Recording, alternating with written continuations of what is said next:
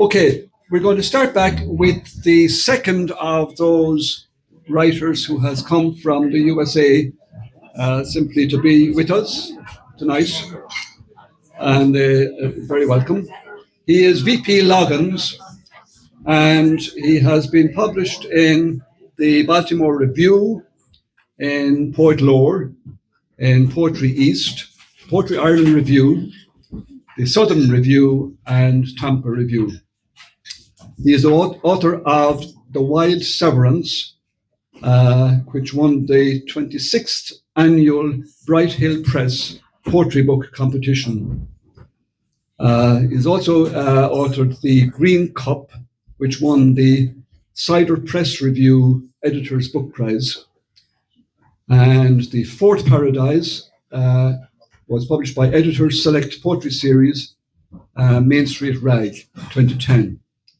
And his other collection is Heaven Changes, published by Pudding House Chapbook Series in 2007. He has also published a book on Shakespeare, The Life of Our Design, and he is the co-author of another book on Shakespeare called Shakespeare's Deliberate Art. So to read his poem, Sam, would you give a big welcome to VP Loggins.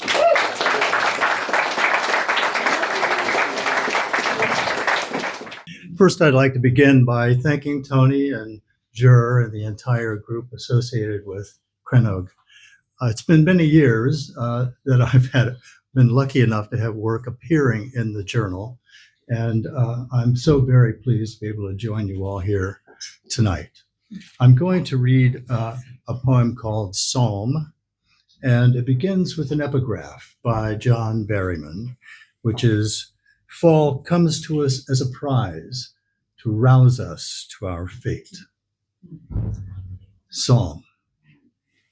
Today, the dogwood is dropping leaves, one by one, fluttering to the ground like butterflies' wings, each a memory, being forgotten.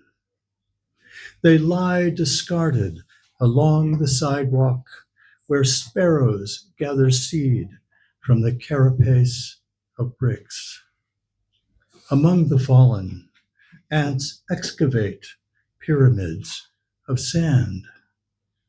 This morning, I saw a monarch dead and watched the ants pick it piece by piece apart until it disappeared.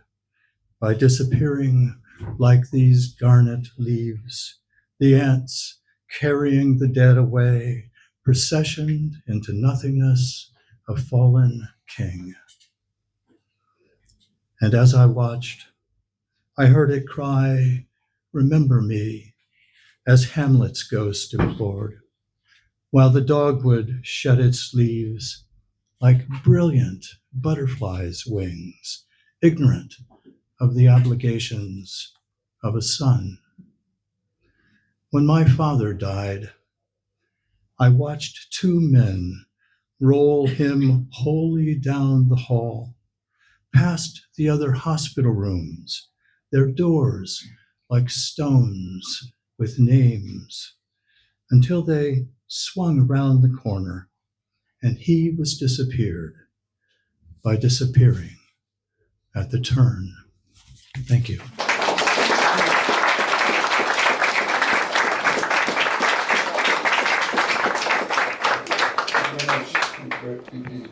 Great to put a face to a name after all these years. Our next reader is Rachel Coventry. Rachel's poems have featured in The Guardian newspaper, The Rialto, The North, London Magazine, Poetry Ireland, and previously in Crannóg.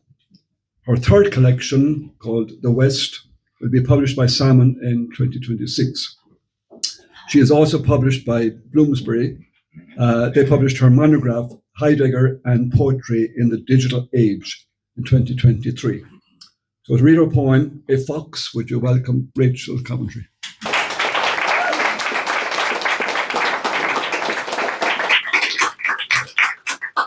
Thanks, Tony and Geraldine and Jarlath.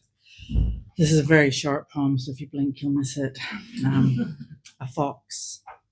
I almost miss it, eyes scanning past the darkening grass, the raised planter at the edge of the estate, devastated with winter. The cars crowding around the little bright shop, the things I failed to see as I parked by a fire log, October vanishing seamlessly. The fox, who depends on our strange blindness, slips out of my knowing and disappears.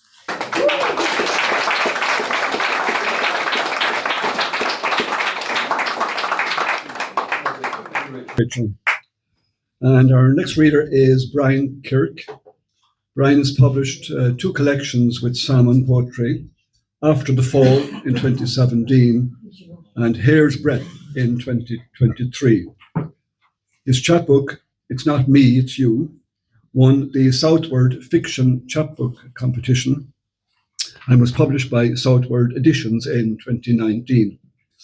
His novel River Run was a winner of the Irish Writers' Centre Novel Fair in 2022.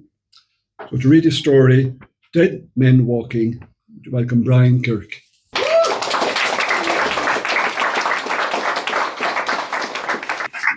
Thanks very much, Tony, dear, and Jarlath. It's great to be back in Galway again and to be in Crannóg again. I've been lucky enough to be in it a few times, and each time it's an absolute pleasure. This story is called Dead Men Walking. I'm going to read an extract from it. You know how it ends anyway, as it become apparent. Dead Men Walking. My father was cross because one of the goats strayed in the night and I hadn't fenced them in properly.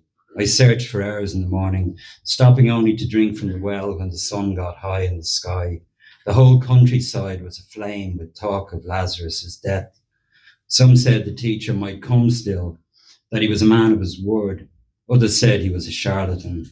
I'd heard about him before from my siblings, how he'd visited Lazarus's sisters, how he'd spoken to them about things no one could understand.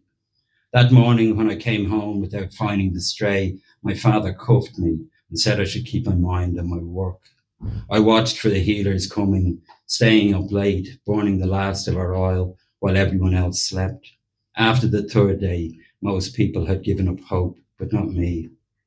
Yeshu, the man we were waiting for, was a holy man, my mother said. I wanted to see what all the fuss was about. My father said he was a troublemaker, the kind who never worked a day in his life, but somehow always managed to have a roof over his head and food in his belly. He was taking advantage of the poorest, he said. He spat on the ground. When my father went out to the fields, my mother called me to her. Don't mind what your father says, Barak, she said. Yeshu is a special man, the one we have been waiting for. I know, I said, but it was too late. I was mad at him. Poor Lazarus was dead 3 days. I went back to the goats, following them across the scrub all through the day as they searched for something to eat. When the sun started its journey back to the land, I rounded up the flock as best I could, making sure none wandered off this time. Goats are like people. They need someone to follow, someone to lead. So I tied a cord to the buck goat and led him back towards the house, the others trailing behind him. Just as I was drawing near home, I could hear a commotion on the far side of the hill. I tethered the buck and ran to see what was happening. My sister Hannah was standing on the edge of a large crowd, talking to a young man I didn't know. Then I saw Yeshu moving through the crowd. Even though I'd never seen him before, I could only make out the top of his head, I knew it was him. I took Hannah's hand in mine and dragged her away from her friend to the front where we could see better. Yeshu was standing by the cave where the dead man was interred. He looked tired, worn out from his journey, perhaps in need of food and refreshment. What I would have given for some barley bread and figs with curdled milk myself. One of the sisters said something to him, and he smiled sadly at her. When I looked at the other sister, I saw only fear in her eyes. I could see my father and my brothers there also, at the back of the crowd, in a group among the other men. Even they wanted to see what would happen. Yeshu instructed some of the men there to remove the stone at the entrance to the cave. Then he called him by name. Lazarus, Lazarus, come on, get up. The crowd shuffled and murmured. Some shook their heads and whispered to each other. But all eyes were on the entrance to the cave, all except mine. I was watching Yeshu. He lifted his eyes up to the darkening sky.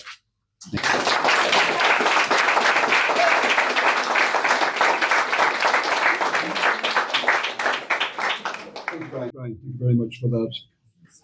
And our next reader is Teresa O'Connor Discom. Teresa has been published in the Galway Review, Skylight 47, Reach Poetry, Drawn to the Light Press, Lothlorien Poetry Journal, and Magpie. She was shortlisted for Poems for Patients in 2019 and also in 2022. And she was shortlisted for New Irish Writing in 2025. To read her poem, On a Hill Overlooking Zurich, welcome Teresa O'Connor Discom.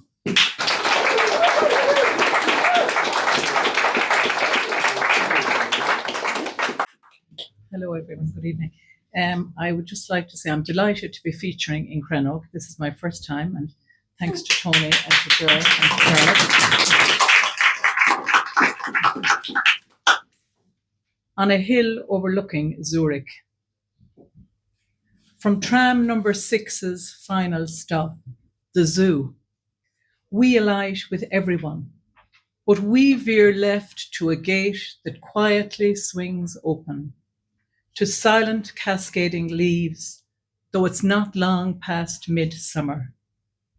We find you tucked away in a corner, head tilted pose in conversation in a Giacometti-like sculpture, no mistaking you, where Potentelli Yellow Queen breathes summer softly on your beautiful wild flower. Purple Acer and lady's mantle hug, the stone bench beckons me to sit and ponder your life. Phygelius's tubular bell-shaped flowers hang red over red begonia and Elias Canetti's next to yours. A black cap sings its heart content despite the insistent carrion crow's discordant caw. Leaves rustle like a shower of rain. Butterflies flutter in white wild carrot. On a July day in Friedhof Flunteren, dappled shadows dance on Joyce. Thank you.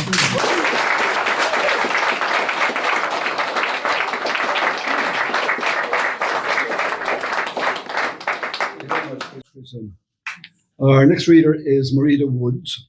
Mairide has published 3 poetry collections with Astrolabe. Her work has appeared in Washing Windows 5, in Well You Don't Look It, Women Writers in Ireland Reflect on Aging, and also in Tearing Stripes of Zebras, 40 Years of Women Writing in Ireland. She has won 2 Hennessy Awards, and she has won RTE's short story competition. So to read Code of Silence, welcome Mairide Woods.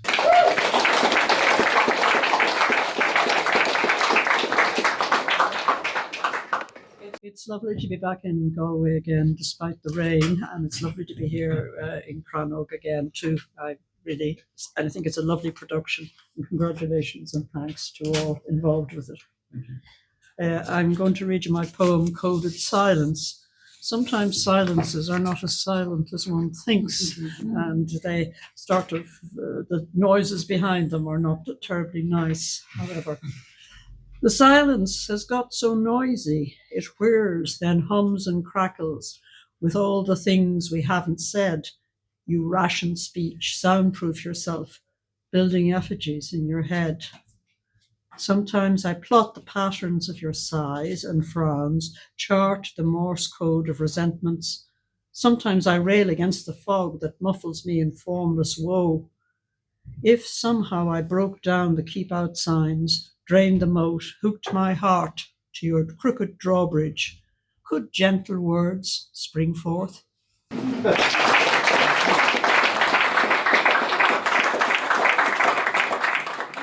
Next reader is Stephen O'Reilly. Stephen has been published in various journals and anthologies, including in Neon Lit, the Time Out Book of New Writing, Southward, and in The 32, an anthology of working class voices. He won the Allingham Arts Festival Flash Fiction competition in 2025, and he won the RTE Short Story competition in 2019 and was a runner-up in the same competition in 2024. To read a story called Gulls, welcome Stephen O'Reilly.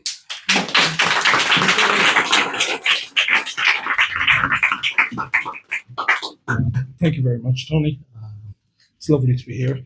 Thank you very much to the Crannóg editorial board for including me in Crannóg. Ever since I saw the artwork on the magazine some years ago, it was always an ambition of mine to have something good enough to get in here. So I feel I've climbed that mountain a little bit anyway. So thank you. White blades slicing sky at the end of the beach. Helena feels a coolness in her shoulders and people are beginning to leave. Joe is sitting up against a huge block of rock armour doing a crossword. He tells her the cached warmth of the limestone has helped a bit. Science of morals, he asks. Ethics, maybe? I'm slow today, he tells her, putting down the paper, as she pretends not to have heard. She notices another couple walking towards them, everyone else heading in the opposite direction back towards the car park. Maybe they've just finished work and want to squeeze in a dip. Mid-40s, although it was hard to tell now that everyone was looking after themselves. The man is tanned with grey hair. The woman is tall, curly hair secured with a scarf, pink blink of a pale shin inside a light wrap skirt. The younger couple shook off their bags and jumpers and asked would the mind keeping an eye on their gear. The tide is well out. A faint roar beyond the silver shimmer of sand. We're probably the wrong people to ask, love. You're leaving? We're not terribly reliable. Isn't that right, Joseph? Joe looks up from his crossword, and she is delighted when he decides to engage. Did a stretch once. Overly fond of other people's belongings. Went back to his crossword. And clothes were always my weakness, Helena says. Not the most dependable, are we, Joseph? Opportunistic is what we are, says Joe, shaking his head. Fierce bad impulse control. Me ma swore it was all the lead paint in the house. He's hamming it up, but Helena senses a lifting of spirits, a tightening about the mouth as he tries to contain his smile. She loved to see him smile. The couple consider this for a second. The man says, you both seem harmless enough. He means we're old, Petal, says Joe. Hard to argue with that. Everyone laughs and Helena admires the casually worn wealth of the woman's leather bag and sandals, his watch and cashmere jumper. Well, we're off for a swim. We're just going to have to trust you. The man has decided this for the both of them, but the woman is not entirely convinced. She rubs absently at goosebumps that have formed on her freckled arms. That's lovely, says Helena. It's nice to see a young couple out enjoying themselves. She watches them go down the shining sand, hand in hand, matching annular tattoos on their left arm, something tribal appropriated on their travels. Imagines them staying in expensive hotels, watching their carb intake, eating small, artfully arranged salads for lunch. The woman stops for a second, looks back suddenly unsure, and Helena waves extravagantly in reassurance. The man flings himself confidently into the surf to reappear in a trough between waves, while the woman's progress is much more tentative. They push out further together, disappearing for a few seconds and emerging smaller, like a fading hope. They were nice. She helps Joe from the seat. Can you make it back to the car? I'm fine, just stiff from sitting. They liked you. It won't last, she says. They gather up their belongings and Helena quickly rummages through the other couple's bags and pockets, finding a Mont Blanc wallet pregnant with plastic and slips out a 50. Took the woman's silk scarf and inhaled her perfume. Anything interesting? Cash and a nice scarf, silk with some sort of Chagall print. That dream scene of a man and a woman flying over a town. Where'd we see that? Gulls squabble about the bins in the mostly empty car park. Helena appreciates their acquisitive natural intelligence. Joe, let's go for dinner on the way home and not worry about cooking. It'll be a treat. I'm sure we can leave a nice tip. Bilbao, he says. We saw the Chagall in Bilbao. Helena steps lightly in the seaward side of him to keep the wind off. She puts her arm around his shoulder.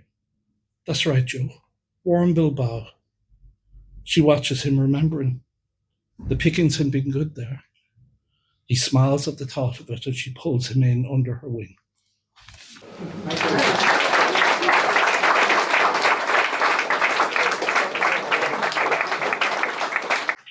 Thanks, Stephen. Very good.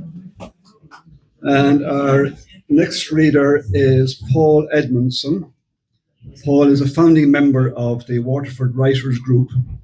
He is the author of the historical novel Great Spirit of Yosemite, the story of Chief Tenea. His work has appeared in Daisha Voices, Waterford Writers Anthologies 1, 2, 3, and 4, and in Poetry for Peace. He was highly commended in the Marie Edgeworth Poetry Competition. And to read his poem, We're Tireless Creatures, welcome Paul Edmondson. Good evening. First of all, I'd like to thank all the organisers of Crannóg and for making me so welcome. Delighted to have a piece in this edition, first time. I found it such an amazing night so far.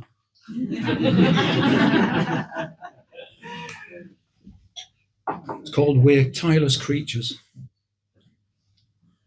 We walk through mornings without asking who lit them, light spilling across our faces like a promise long forgotten. We continue to name flowers as though they need our voices, as if the wind itself waits for us to remember its name. Above reeds, mayflies lift their gossamer wings to embrace a fleeting world with a patience we borrow, but never repay. We journey through seasons that remain silent to our ears, yet we carry their unspoken words as if they were small stones we were meant to deliver on the far side of the day. When dust wraps itself around the edges of our hands, we press on, not knowing whether the stars are following us or fleeing from us, only that our feet keep finding the earth, and the earth keeps allowing it. Throughout the night, we move through unfathomable darkness. The faint sound of our breathing weaves through the fabric of the sky. We never rest because something in us believes that the world is unfinished, and we are sent to walk through whatever remains. Thank you.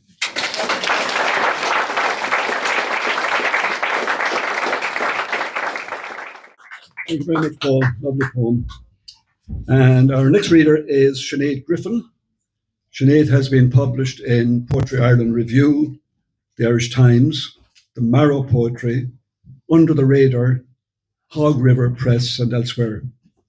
Her work featured in the Poetry Jukebox at Emma. She was chosen for the Freedom to Write 24 project and was awarded an Agility Award in 2023. And she is co-editor of poetry at the Four Faced Lyre. So would you welcome, please, Sinead Griffin to read her poem, Omen.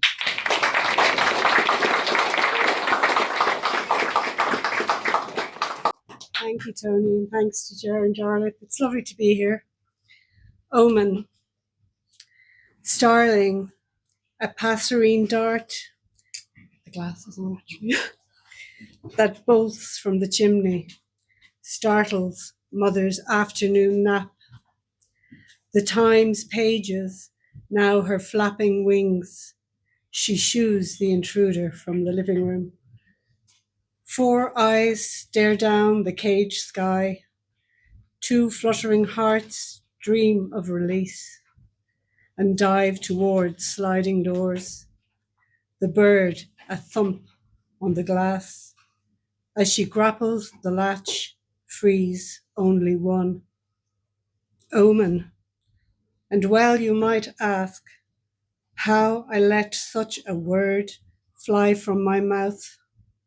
Nest her head with more dark murmurations. Thank you.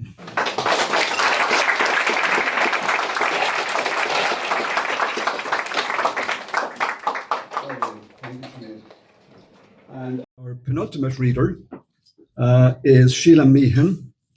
And Sheila has been published in magazines and anthologies, including in Ciphers, Poetry Ireland Review, New Welsh Poetry, Skylight 47, the Fish Anthology, Frontier, and in New Irish Writing.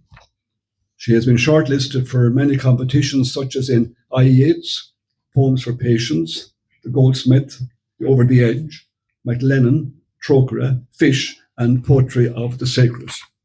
So to read a poem, The Maternal of Things, welcome Sheila Meehan.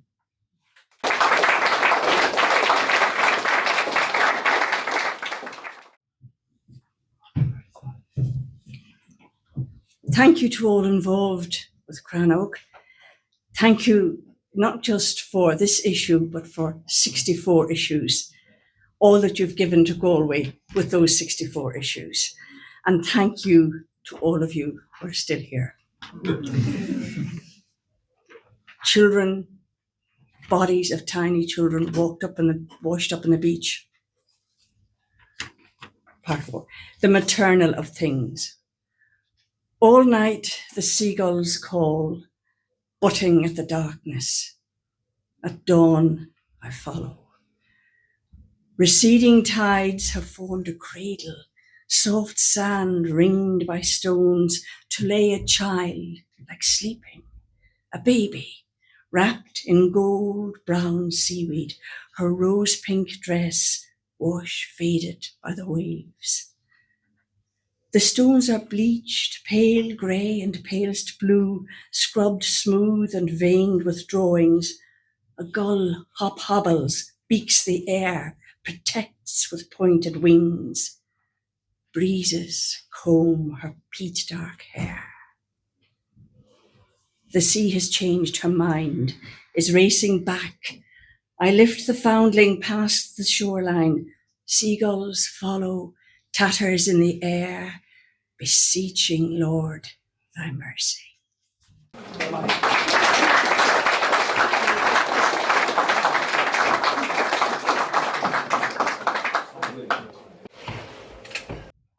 And we've come to our last reader of the evening, and thank you for waiting all this time.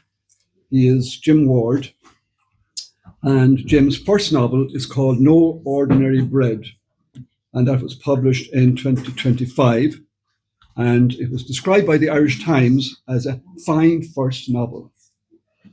He is the author of 2 plays, Just Guff, and 3 Quirks, a trinity of Joyce. And his memoir piece, Begging from Beggars, was published in the 32, an anthology of Irish working class voices, and that was published in 2021. So to read from his story, Smoke, welcome, Jim Ward.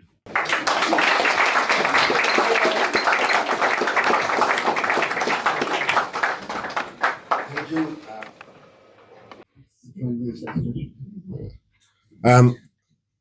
I've often, many years ago, drank upstairs in the Crane in not very, I wouldn't say bad company, but very dodgy company.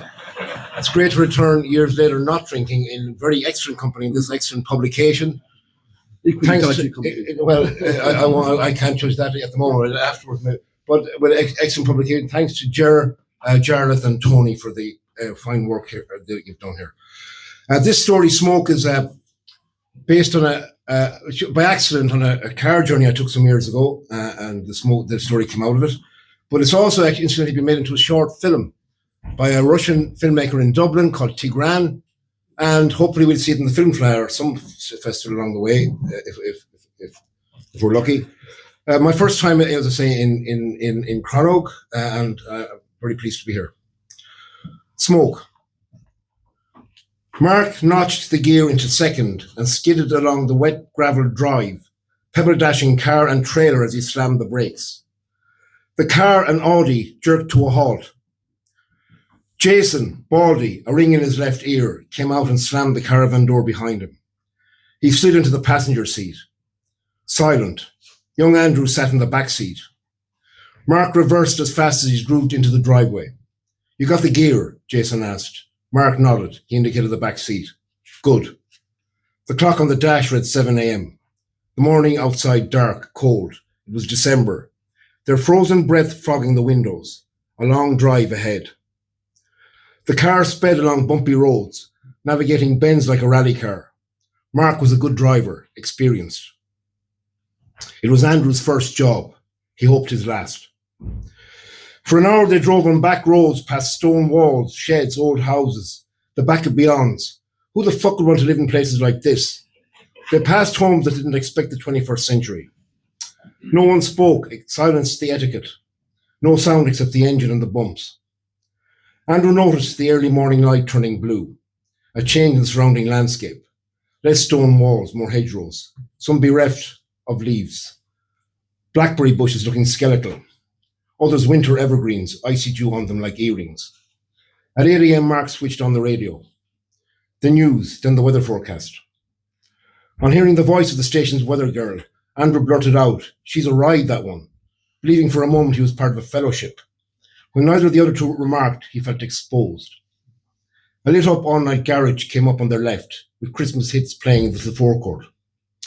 It was the first sign of civilization since the crumbling small town Andrew had left behind. Benny had put him in touch with Mark. Benny, owner of Benton Tires, a one-man operation for bikers and the like. Local dealer in ex-con. "If you need the readies to get out of this shithole country, I can help you," he said. Andrew needed the readies. He had no future here. Small-town life ranged him in, enveloped him, forced on him a desperation to leave. He fancied himself down under, down in Oz, on Bondi Beach with drinking parties and girls. He read in some tabloid there were even Irish girls working in the legalized sex trade down under. Backpackers taking time off from travelling to earn some cash. He wanted in on this. Better than the local girls, stuck up or pounding around like weightlifters in tracksuits. No class or too much. Jason skimmed another roll-up. His nail-bitten chunky fingers tanned by nicotine. A wet tongue finished the job. Andrew had lost count of the fags Jason rolled and lit since they began the day. Jason kept the car window on his side open to let out smoke. That was Mark's rule. No smoke in his car. "Last time I was inside, I gave them up." "Filthy habit," Mark said the first time Jason lit up. "I'm seriously anti," he said in his Dublin drawl. "What brand do you use?" Jason showed him the packet. "What the fuck is that? A plain brown cover with pictures of death on it?" "Sweet Afton," Jason intoned, tapping the packet. "All tobacco products are the same now. It's the law." "Filthy habit." "What about drugs?" Mark didn't answer. Drug pushers should be kneecapped. Mark just looked ahead at the road. More silence. They sped past winter fields of sheep. The morning brightened but stayed December grey. The sharp cold air steaming in Jason's open window stung Andrew sitting behind him, disturbed his cosy warmth in the comfortable back seat. Not used to early mornings, it woke him against his will. "How many?" said Mark. Jason looked at him. "How many a day?" "A packet." Jason sounded tough. From Limerick. Mark was Dublin. The car whooshed through villages, one-horse towns. The journey was getting more populous now. Off the back roads, though, they were still careful to avoid primary routes, checkpoints. Heading north, Jason navigated. He knew this country. Andrew allowed himself a tiny moment of reflection and felt his chest swelling with excitement and pride to be on this caper, this mad mission. What would O'Brien and Kennedy think? They'd still be asleep, hungover. They'd never leave the shitty small town. Cans and the smell of a spliff, that's all they wanted. At least Andrew had the wherewithal, this gumption to try this. A country dance hall unused for years reminded Andrew of some film he saw. A good one, he remembered, but forgot its title. It was all about olden days. Men sculling naggins of whiskey in the jacks before asking the women for a dance. Old-style music from a band. Andrew's thoughts shifted to her. Geraldine. She was the one thing he'd missed when he went out to Oz. All right, he had visions of beach parties with Aussie babes in bikinis, wild nights. He'd heard from those who came home. But Geraldine. At the local nightclub when the DJ played the latest techno-funk music, he'd stand shoulder leaning on the pillar, trying to figure out among the whopping crowd.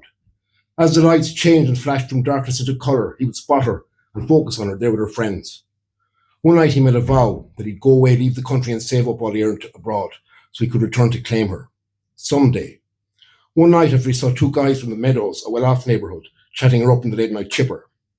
Elbows on the tall counter, They shouted her cheese, chips, and a can of Coke. On her way out, she smiled at Andrew, asked if he had a smoke. That one night he made the vow. Suddenly the car skidded to a stop. That's it, Jason pointed to a central supermarket straight ahead.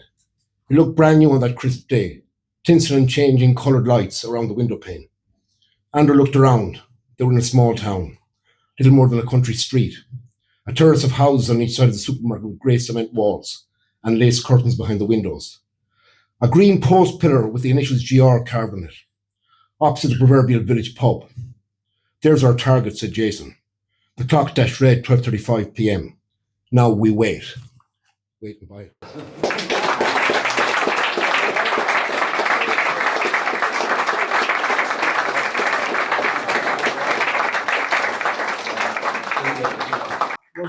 Worth waiting for, Jim, indeed. I just want to make two announcements. The first is that we would like to congratulate the recipient of the Crannóg bursary for issue 64.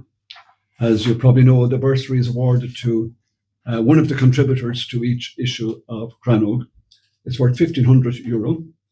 And the recipient for issue 64 is an Indonesian writer.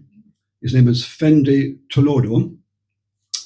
And he's doing great work over there, not just on his own writing, but also in doing writing with underprivileged kids in his hometown.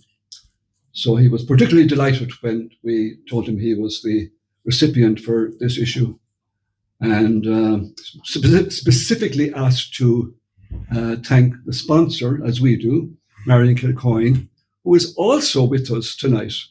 There's so many people.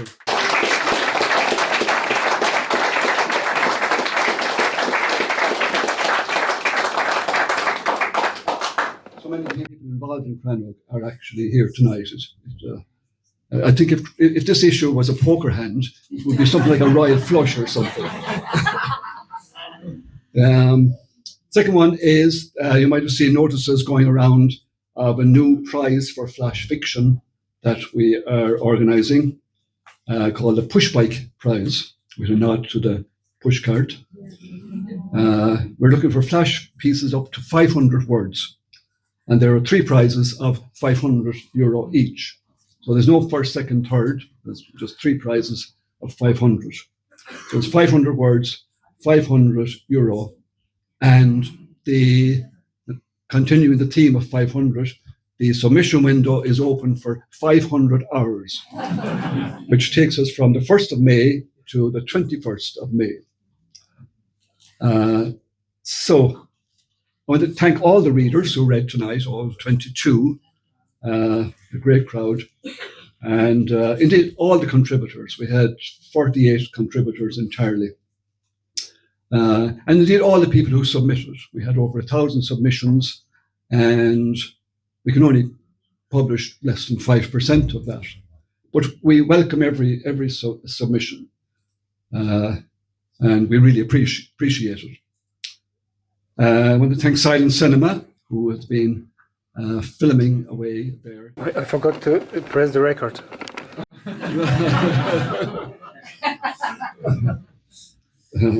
Yeah. Thanks to the Crane Bar is celebrating, is it 25 years in business this year.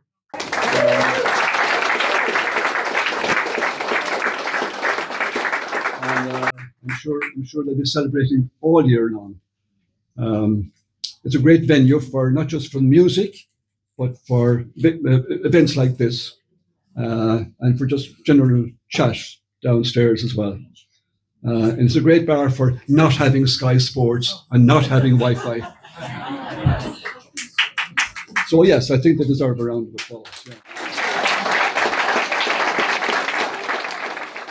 Thanks to Jerry Burke and Jarlath Fahy down there selling the magazine all evening. And thanks once again to the cover artist, Jackie Rowntree.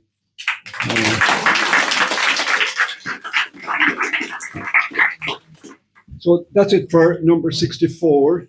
Submissions for 65 open on the 1st of May. until the 31st of May. So we might see you all. There's music later, isn't there? Music shortly. Yeah, and you can stay here if you want to stay for the music. We don't have to move out. And that's it. Thank you very much indeed.